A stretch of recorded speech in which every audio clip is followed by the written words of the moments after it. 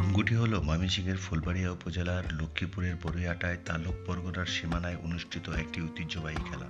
British আমলে জমিদারদের জমি পরিমাপের বিরোধ মীমাংসা করতে আয়োজন হয়েছিল খেলাটি। পরবর্তীতে আমন ধান কাটা শেষে বোরো ধান আবাদের আগে প্রজাদের শক্তি পরীক্ষার জন্য জমিদারদের এই পাতানো খেলা চলছে প্রায় ২৫০ বছরেরও অধিক সময় ধরে।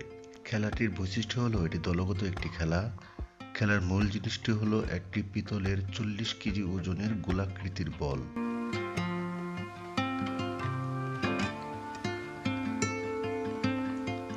আজ থেকে ২৬৬ বছর আগে মুক্তাগাছার জমিদার শশীকান্ত আচার্যের পিতামহ এর সঙ্গে ত্রিশালের বৈলরের জমিদার হেমচন্দ্র এর পিতামহের জমির পরিমাপ নিয়ে বিরোধের সৃষ্টি হয়।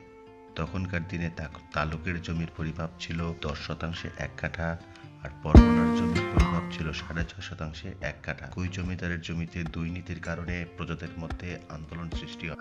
এই আন্দোলন অর্থাৎ বিরোধ মীমাংসা করার জন্য লক্ষ্মীপুরের বড়ুইয়াটা নামক স্থানে তালুক পরগনার সীমানায় এই গুটি খেলার আয়োজন হয়। গুটি খেলার শর্ত ছিল গুটি গুমকারী দলকে তালুক এবং পরাজিত অংশের নাম হবে পরগনা। মুক্তাগাছা জমিদারদের প্রজারা বিজয়ী হয়।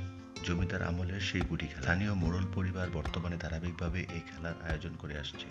সাধারণত বাংলা পৌষ মাসের শেষ দিন অর্থাৎ ৩০শে পৌষ দুপুর ৩টায় স্থানীয় চেয়ারম্যান খেলাটি উদ্বোধন করে দেয়। চলে রাত অবধি খেলা। এখন ৭টা থেকে ৮টার মাঝেই খেলাটি শেষ হয়ে যায়।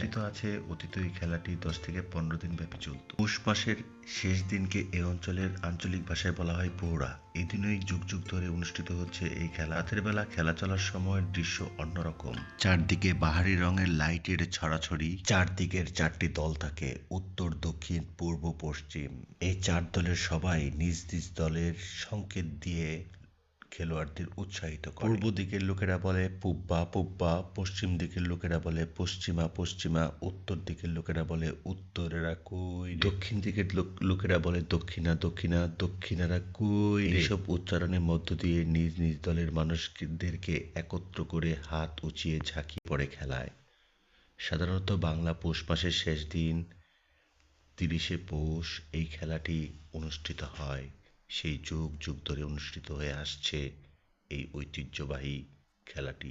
লক্ষ লক্ষ মানুষের সমাগম ঘটে এই খেলায়। রাতের বেলায় এত লাইটের ঝলসানিতেও কোনো ধরনের অপ্রীতিকর ঘটনা এখন পর্যন্ত ঘটেনি। ভিডিওটি ভালো লাগলে অবশ্যই লাইক, কমেন্ট, শেয়ার করতে ভুলবেন না। ধন্যবাদ। আবার দেখা হবে কোনো এক ভিডিও।